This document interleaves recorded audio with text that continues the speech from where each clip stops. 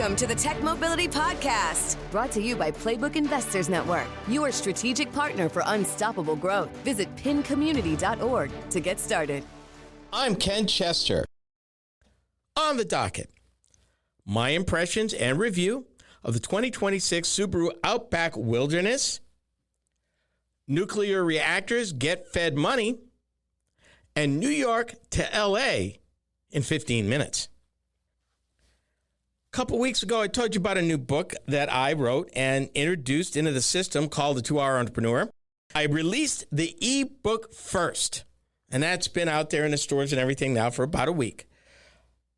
Starting on the 29th of June, I will also drop the paperback version, the softcover version of it. You can buy that directly at kennethjchester.com, Amazon, Apple Books, pretty much anywhere that you go online for a book, you can probably find it. But definitely my website. Here's a little bonus. I ain't told everybody this, but I'm going to tell you. If you buy the book and you decide that, you know what, you could use a little more structure, I have a surprise for you in the book. It's called my Notion template, my accountability template. And just for those folks who buy the book, there's an extra discount. I'm not going to tell you how much, but it is sizable. You don't need the template to do it, but if you're a person who likes order and you like structure and it helps you to get your thoughts together, then you're definitely going to want it. And I did that just for you. From the Tech Mobility News Desk. Honestly, this is a story I have been trying to stay away from. But like a bear to honey, like flies to the light, like moths to the light, I am drawn to it, and I've got to talk about it. I do. I really, really do. Because, one, I don't even believe these people. I don't even know what they're thinking. Two, I got a question for you that I'm going to come back to in a minute. But here's the headline. Jaguar Land Rover plans to co-develop vehicles with Stellantis in the United States in a move to possibly sidestep tariffs. These are the folks building the high-end British-made Land Rovers, teaming up with the company that builds Ram trucks, Jeeps, Chryslers, and Dodges in the United States. Here's the first question. Would you buy a Stellantis assembled Land Rover? At the rate they're going to probably charge for it. And chances are, from what I hear in this piece, that at least one of their platforms will move to a Stellantis-based platform. And they're going to call it a Land Rover. Would you buy one? Here's the other thing that I really tried to stay away from this. When it comes to quality, Stellantis and Land Rover are towards the bottom of the barrel, both of them. In the most recent quality survey, I believe Stellantis was 26, Land Rover was 27. Way down there. Below average, way below average. I have a challenge. I understand what Stellantis is trying to do, and they're trying to leverage their plants across the world, because this is not the only place they're doing this. They're teaming up with some Chinese manufacturers to use underused assembly plants in Europe. From a business standpoint, that makes sense. I mean, you've got facilities that are not being used, but you've got overhead, you've got people, keeps your people working, keeps your plants used, and you make a little money. I get that. My problem is very simple. You are competing in an industry that spends billions of dollars just to stay average. Consumer Reports once said for a car or a vehicle to get the average rating each and every year, it had to improve by 10% a year. Every year it had to be 10% better just to stay average. 10% every year. Meaning that if it was average this year, in order to be average next year, it has to be 10% better. To Stellantis' credit, because I want to be balanced about this, they did announce a little while back that they were hiring 2,000 engineers to predominantly work on quality. Now, where exactly in Stellantis they're going to go, I don't know. I don't know how many of these Jeep is going to get. I don't know how many of these Dodge and Chrysler are going to get, what Ram's going to get. But they're looking at working with Jeep.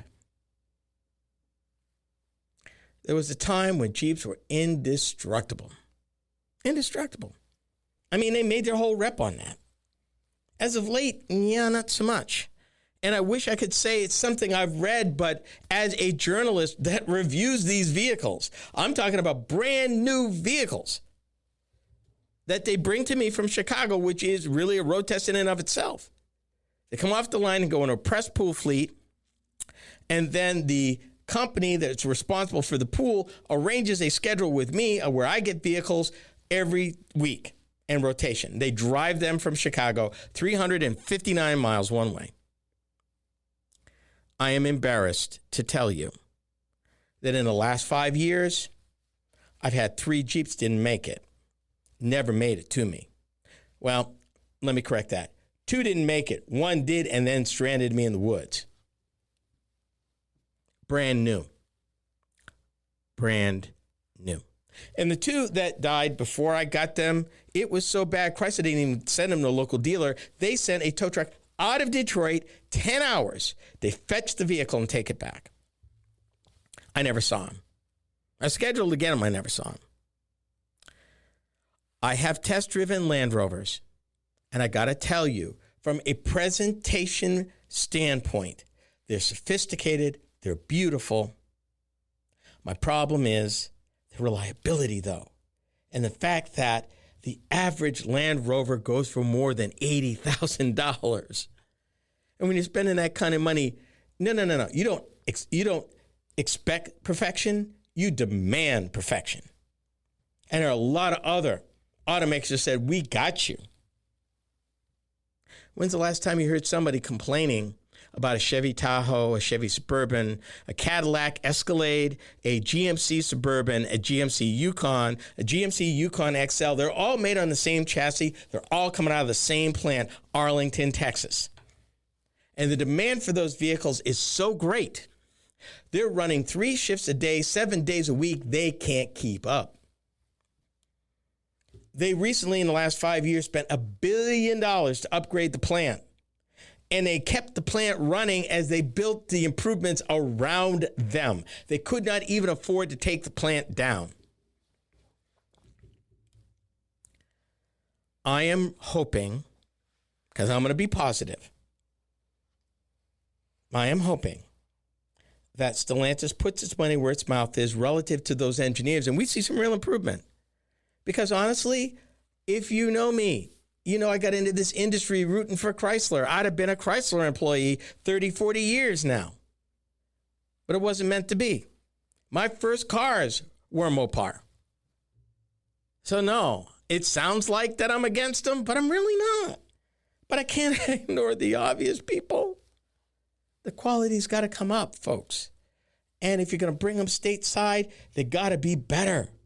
And I'm certainly hoping as they work this out that that's exactly what's going to happen. And maybe it will. Because unfortunately, the British have had a really bad reputation for quality vehicles. I'm hoping this is a step up. We'll see in the coming years.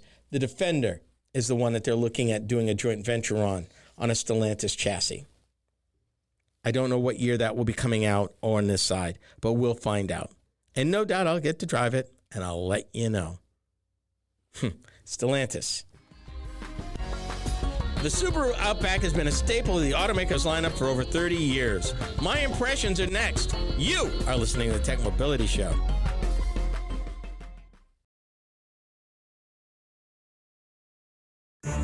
You've heard me talk for years about technology, disruption, innovation, and adapting to change. But the one thing I've also learned in more than 3 decades in business is this. Most people never start because they think they don't have enough time. That's why I wrote 2 Hour Entrepreneur, a practical guide for building a real business in just 2 focused hours a week. Available now on Amazon, Kindle, Goodreads.com, and KennethJChester.com. 2 Hour Entrepreneur, because your future deserves 2 hours.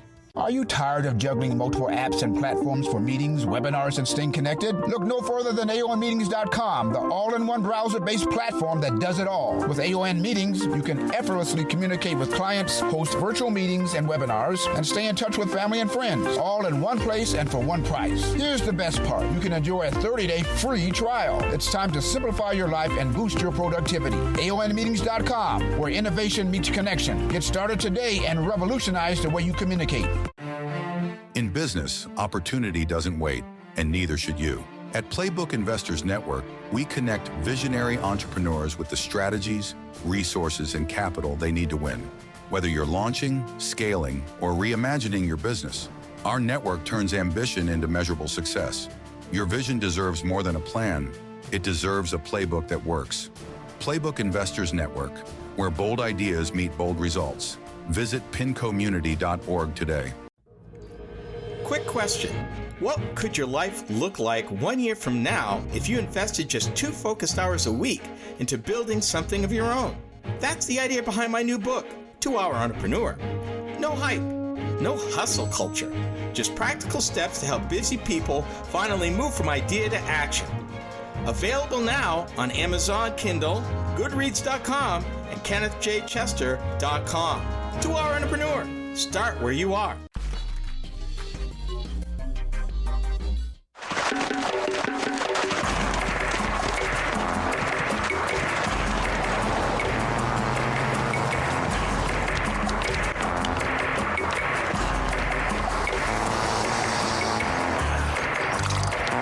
The Subaru Outback. The go-anywhere, do-anything sport utility wagon. It makes other vehicles seem prehistoric, or at least pre-Subaru. Subaru Outback. That was 20 years ago in 2006, and the TV commercial had basically, it was kind of a cross between the Flintstones and modern day, except you had the shell of a car, but you saw feet. Probably about 5 or 6 people carrying each of these together. Wasn't working out, and that was Subaru's whole point, that they were against the Outback, they weren't even competitive, and that was the point that they were making. But that was then. Let's go back a little further. In the early 1900s, Subaru was in trouble in the United States. Plans to become a full-line automotive manufacturer had fallen short. An ill-fated expansion in front-wheel drive models and a relatively new but underused Indiana factory were bankrupting the company. Decisions had to be made, and made quickly. And the first decision was easy. All-wheel drive, all the time. It's how they made their reputation, and it made sense to return to what was working. The second decision, however, was harder. Create a new vehicle on a limited budget that would be successful. Turns out, Subaru already had the bones of what would become the Outback. But it started with the Legacy wagon, which made its debut in 1989. 1995, the second-generation Legacy wagon was introduced, and it also became the basis for the first generation of the Outback crossover series. The new Outback differentiated itself from the Legacy wagon by adding partial protective plastic side body cladding for off-road conditions, a raised roof, and later a raised suspension to provide additional ground clearance. The Outback was introduced to American motorists at the 1994 New York Auto Show. And not only was the new Outback a hit, it quite possibly saved Subaru as a company, at least in the United States. In 2019, Subaru unveiled the 6th generation Outback. In May 2021, the automaker introduced the Outback Wilderness as a 2022 model for the North American market. The Outback was the first vehicle to be launched under Subaru's new Wilderness brand. This model is the focus of this review. The Outback Wilderness includes the following unique features that separate it from the standard Outback: more extensive plastic body cladding, integrated tow hooks, a different roof rack which is rated for up to 700 pounds, a suspension that's raised to 9.5 inches as opposed to the standard 8.7, and a shorter final drive ratio. Interior changes include orange stitching and accents, as well as water-resistant StarTech seats. In 2025, Subaru revealed the all-new 7th generation of the Outback as a 2026 model. And unlike the raised station wagon of previous models, the new Outback has transitioned to a crossover SUV with a boxier shape, taller roofline, and increased use of body cladding. Riding on Subaru's global platform for excellent straight-line stability, agility, and ride comfort with low noise, the company says that the boxy design was chosen to emphasize the increased height of the vehicle and its durability. Power for the Outback Wilderness is generated by a 2.4-liter four-cylinder engine. 2.4 four-cylinder gasoline twin-scroll turbo engine that produced 260 horsepower and 277 foot-pounds of torque. Energy is communicated to all four wheels via Subaru's symmetrical all-wheel drive system and a lineartronic continuously variable automatic transmission with an 8-speed manual mode and steering wheel mounted paddle shifters. The driver selected X mode dual mode system adds snow dirt and deep snow mud settings with hill descent control. EPA fuel economy numbers are 21 city, 27 highway. The Outback boasts an 18-gallon fuel tank. Cargo capacity is 80.5 cubic feet with the second row seats folded flat. And towing capacity is 3,500 pounds. Here's what I liked about the Outback Wilderness. On the road, the Outback Wilderness is smooth and responsive at speed. Solid construction delivers a ride that is quiet and comfortable. The new design includes good outward view with much improved interior displays. Controls and switchgear are generally easy to read and use. And my favorite word, fog lights. Rear seating occupants are treated to an impressive amount of legroom, dual USB ports, comfortable dual outboard heated seating, and a center armrest with dual cup holders. Rear windows are automatic up and down, and by the way, the windows go all the way down, and that doesn't happen in every vehicle. While the rear split seating folds flat with the cargo floor, which means a lot to me, and if you've ever hauled anything, trust me, it's a benefit. A full-size spare tire is accessible from inside the vehicle from under the cargo area floor. Thank you, Subaru. Here's what I didn't like about the Outback Wilderness. I don't have a head-up display. It would be nice. I'm not going to hold them to it, but it would be nice. Fussy radio controls, no hand grips or the second row access. And yeah, this is where me and Subaru in the nanny state kind of come to grips here. The vehicle kept telling me to keep my eyes on the road, even though that's exactly what I was doing. The audio-visual warnings are mostly aggravating. I know it's got eyesight, and I know it's supposed to be, safety, safety, safety. And for the record, I'm down with the safety, but not when it gets to nanny state level. Subaru's doing that. Toyota does it. I don't like it. And as with most vehicles equipped with traffic sign display feature, the speed limit it showed was usually wrong, and sometimes way wrong. So here's the bottom line. Even though I have my little ticky things about the vehicle, the Subaru Outback Wilderness is a comfortable, luxurious, truckish crossover with off-road all-wheel drive bona fides. If it's your thing, it'll do the job. The base manufacturer's suggested retail price for the 2026 Subaru Outback Wilderness starts from $44,995. Destination charges add $1,450. So here's what I got as tested. This is what I tested this week. It's a 2026 Subaru Outback Wilderness with the following extra cost options: premium exterior paint, 12.1 inch multimedia system with navigation, power moonroof, surround view monitor system, black Napa leather seating with copper stitch, ventilated front seats, 12-way power driver's seat with 4-way lumbar support and leg extension, 8-way power front passenger seat with black folding heated mirrors with turn signals.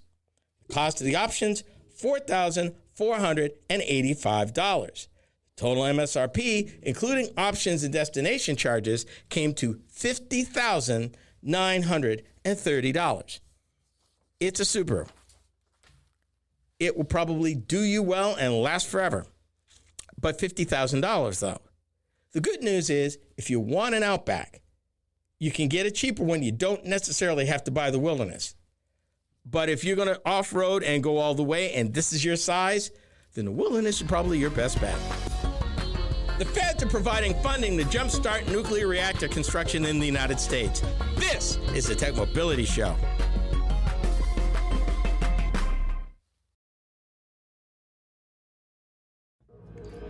Quick question. What could your life look like 1 year from now if you invested just 2 focused hours a week into building something of your own? That's the idea behind my new book, 2 Hour Entrepreneur. No hype, no hustle culture, just practical steps to help busy people finally move from idea to action. Available now on Amazon Kindle, Goodreads.com, and KennethJChester.com. 2 Hour Entrepreneur. Start where you are. Every great business starts with a spark, but taking it to the next level takes strategy, connections, and capital. That's where Playbook Investors Network comes in. We're your strategic partner for accelerating growth, navigating challenges, and capturing market opportunities before your competition does. Your business is more than an idea. Let's make it an impact. Playbook Investors Network. Your future starts here. Learn more at pincommunity.org. It seems when it comes to nuclear power, the feds are not waiting for the development of small modular reactor technology to nudge the industry forward. The Department of Energy has developed a $17.5 billion loan package to jumpstart construction of 10 large nuclear reactors. You know me, I got questions. This is topic B. How do I put this? The feds are bankrolling a technology that is running. It is online in the United States right now. There are 2 reactors of this construction by this manufacturer producing electricity in the United States right now. I need to be clear about that. They're in Georgia. But I also need to tell you that particular technology, that particular construction, and that particular company, Southern, overrun by years, overrun by budget, cost way more to get these online, and are at least 10 years late getting them online.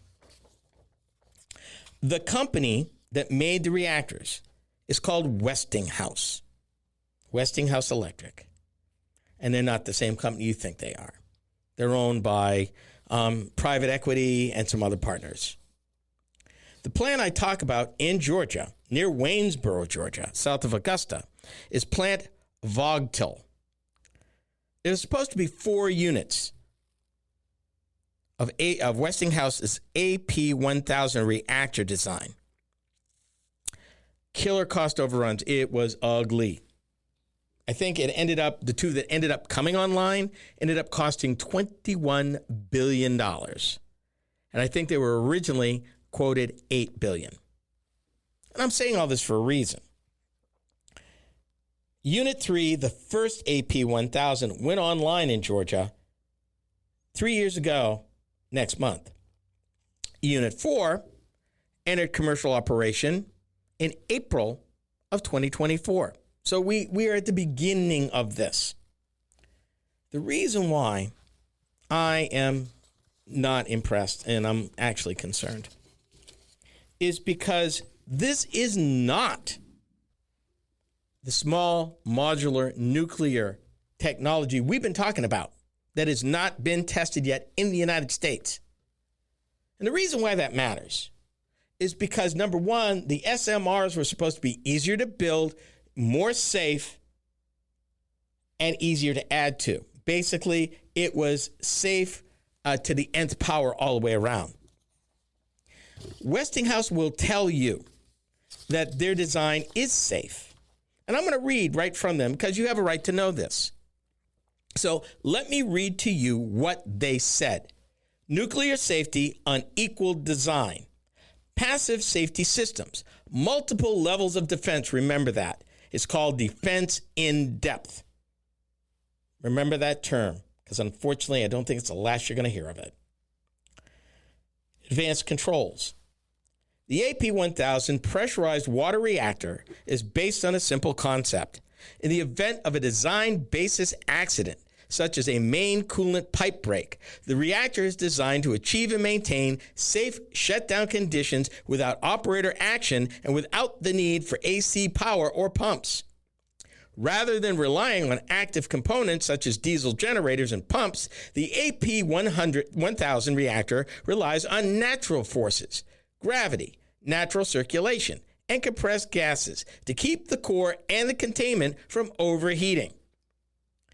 The AP1000 PWR provides multiple levels of defense for accident mitigation. That defense in depth I was telling you about, resulting in extremely low core damage probabilities while minimizing the occurrences of containment flooding, pressurization, and heat up. Defense in depth is integral to the AP1000 reactor design with a multitude of individual reactor features, including the selection of appropriate materials, quality assurance during design and construction, well-trained operators, and an advanced control system and reactor design that provides substantial margins for plant operation before they approach safety limits. In addition to these protections, following features contribute to defense in depth of the AP1000 reactor. And they actually say this. I'm reading this. They actually say the following. The AP1000 reactor has a unique capability to respond to extreme Fukushima-like events. They actually said that.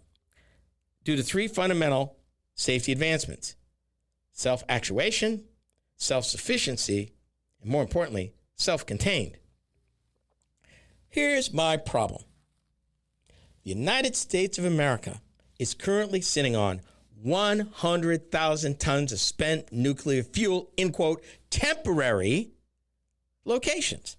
So even if the AP1000 is okay, they still got to deal with the spent fuel when it's spent and it's temporary, meaning it ain't supposed to be there because these half-lives run in hundreds of thousands of years. And if you remember a piece I did about a month and a half ago about Finland and their forever storage, and when they mean forever, they're talking 100,000 years. And I tried to wrap my head around that. These are all temporary by design. What's going to happen? They're going to build 10 of these. They're going to build 10 more in the United States. They expect, with this federal guarantee money, to place the order for the long lead parts they need to have all of them under construction by 2030, which is still 4 years from now. And then you heard me kind of delay and draw out well-trained operator. The nuclear industry in the United States has been beat up so bad that all of that knowledge that may have been around 20, 30, 40 years ago isn't there. They're building that knowledge in real time. We haven't even talked about another one of the advantages they claim is that this is modular, but in a different way. These parts aren't necessarily going to be built on site. They're going to be built in a factory, trucked to the site. But please understand, these are not small modular reactors. These are 1,000 megawatt reactors they're building. They're big. And when you have big, you have risk. And yes, if they had not ran over budget and had all those problems with this reactor design, that is the only one of a few approved in the United States, I'd be better. But all of that train wreck just happened in the last 10 years with the AP1000 Westinghouse. And you're saying you're going to use they're using Unit 3, a plant Vogtle in Georgia, as the default standard design template. Let's just hope after all of that, they got it right. And that there isn't nothing else hiding, lurking, or otherwise compromised in the design. And please tell me, who's defining well-trained operators? Defense in depth.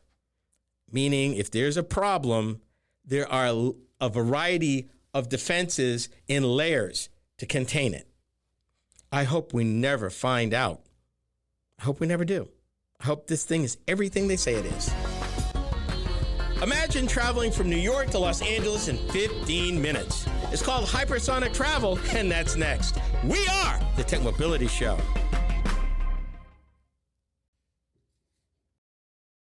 Are you tired of juggling multiple apps and platforms for meetings, webinars, and staying connected? Look no further than AONmeetings.com, the all-in-one browser-based platform that does it all. With AON Meetings, you can effortlessly communicate with clients, host virtual meetings and webinars, and stay in touch with family and friends, all in one place and for one price. Here's the best part. You can enjoy a 30-day free trial. It's time to simplify your life and boost your productivity. AONmeetings.com, where innovation meets connection. Get started today and revolutionize the way you communicate.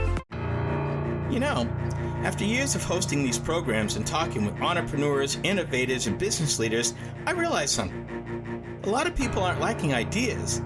They're lacking a realistic path to start. That's why I wrote 2-Hour Entrepreneur. It's for people with jobs, families, responsibilities, and dreams that have been sitting on the shelf for too long. Launching now on Amazon Kindle, Goodreads.com, and KennethJChester.com. 2-Hour Entrepreneur. Progress starts small. You've got the drive. You've got the vision. Now you need the right partner to make it happen. At Playbook Investors Network, we power ambitious leaders with the tools, insight, and investment connections to move faster, grow stronger, and lead markets. We're more than advisors. We're your co-pilots in success. Because in business, standing still is not an option. Playbook Investors Network, fueling ambition, delivering results. Visit pincommunity.org.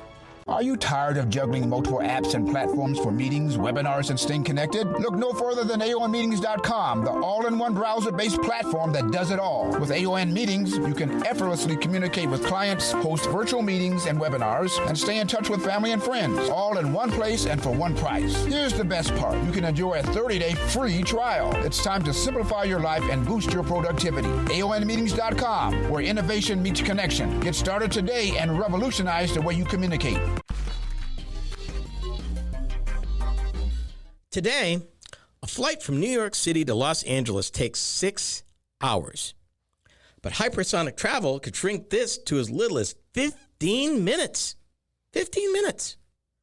Hypersonic travel could also shorten journeys across the globe, speed up supply chains, and improve emergency response times. But like every other new or promising technology, there are challenges to overcome. This is Topic C. Let me give you some context. If you're a person of a certain age, you may remember the Concorde aircraft. It was supersonic. What that means is Mach 2 or twice the speed of sound. And it would cut travel by quite a bit. The problem with the Concorde is it was a fuel hog and a maintenance problem. And it cost way too much to make it a going concern, which is why they don't fly them anymore. When we talk about hypersonic, we're talking about Mach 5 or 5 times the speed of sound. It's doable. But I want to give you some context down through history because I just got done reading a book about some things in the 18th century. So I said that a flight today, New York to Los Angeles, 6 hours. Let's go back to 1856. Let's go back 200 years. Almost 200 years. If you caught a wagon train from St. Joe, Missouri, over the California-Oregon Trail to get to California, it would take you between 5 to 6 months, depending on when you left, and if you were smart enough to leave in the spring and not in the fall, because the last thing you want to do is get caught in the Sierra Nevada in the winter. Not a good idea. Okay. Another way back then you could have gotten to California was you could take a boat from New York, go around the bottom of South America, Cape Horn at the very bottom, and come up the other side of South America to get to San Francisco. That would take you, depending on whether it was a passenger craft, a standard merchant ship, or a cargo ship, between 3 to 6 months. Overland was 2,000 miles. That trip, Cape Horn, 16 100,000 miles. Okay. What happened about that time is there was a move afoot to provide a path across either Nicaragua or Panama, long before the Panama Canal. If you went that way with steamships and railroads, you could cut that down, depending, again, how you were traveling, between 21 to 28 days, 3 to 4 weeks. Let's come down to 1955, okay? We're 70 years out now, a little over 70. If you drove before the interstate system was created from New York to LA or even San Francisco, it would take you between 7 to 14 days. Now, I didn't include train travel here, but I think you get it. Travel, speed, concept. I throw this last one in for you, and this is extra. This is free. Did you realize that the first transcontinental phone call from New York to San Francisco didn't happen until 1915? Yeah, they had some problems to solve. It covered over 4,700 miles. It was crazy. But I guess what I'm trying to tell you, transportation is ever increasing in speed and complexity. We have seen it in just even our country over the last 200 years, how getting from point A to point B, shorter time. Today, we can't even imagine getting in a car and it taking 7 to 14 days to get to California. Should take you more than 3, 4 at the most now with the roads we have. Train, even if you took Amtrak, shouldn't take you more than 2, maybe 2.5, depending on your connections. 15 minutes. 15 minutes. I think the biggest challenge, and we'll get into some of the technical challenges in a minute, but I think the biggest challenge is how do you make this economically feasible to the company providing the equipment, all the infrastructure required, and the special needs of hypersonic travel. For example, at that speed, you generate a lot of heat. You have a lot of friction in the air, a lot of heat. How much heat? 3,500 degrees. What's steel melt at? 3,000 degrees? Yeah, problem. If you try it, the very equipment and the motors and the skin, the whole thing melt. They fail. You can't do it with the existing materials we use in commercial aircraft today. So that's the first challenge you got. Then there's an engine issue. At that speed, just trying to get an engine to work with everything that's going on. And I want you to put a finger in that because I got an answer for you, believe it or not. They have developed what they call a scramjet engine to allow air to remain as supersonic inside the engine, but engines still need to contend with unstable airflow. And that's the issue, stable air. They need stable air for these engines to run. To maintain control, scientists are working on a hypersonic detonation engine aiming to develop sustained reactions that are stable and under control. I'm going to skip right here for a minute and go to another story. Here it is. Hypersonic ramjet engine designing time cut from months to seconds by GE Aerospace. This was last month. The first preliminary design layout for a hypersonic ramjet engine is strong proof point that shows the tech's potential to revolutionize the design process. Yes, they used generational AI, And they found out in that design that the primary design layout met all the criteria for safe flight at hypersonic speed. They already have a design for this engine. GE Aerospace. They said they were able to simultaneously account for multiple flight conditions and scenarios that a customer would typically outline to inform hypersonic ramjet engine design. Did I mention they have a design, already a design for such an engine? I think the bigger question is now, what do you make it out of? how you test it, because there's no way down here on the planet you can test in those conditions, to replicate those conditions in real life physically. You can simulate them, and they have, but physically, because at some point you got to build a physical model and subject it to all of that pressure, all of that temperature, all those conditions.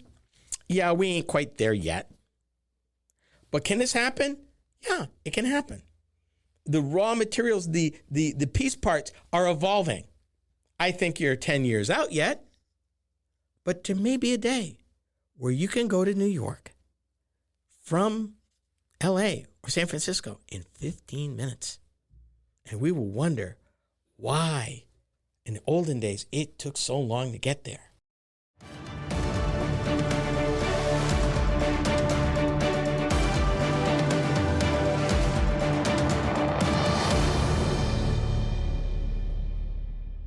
This is the Tech Mobility Podcast.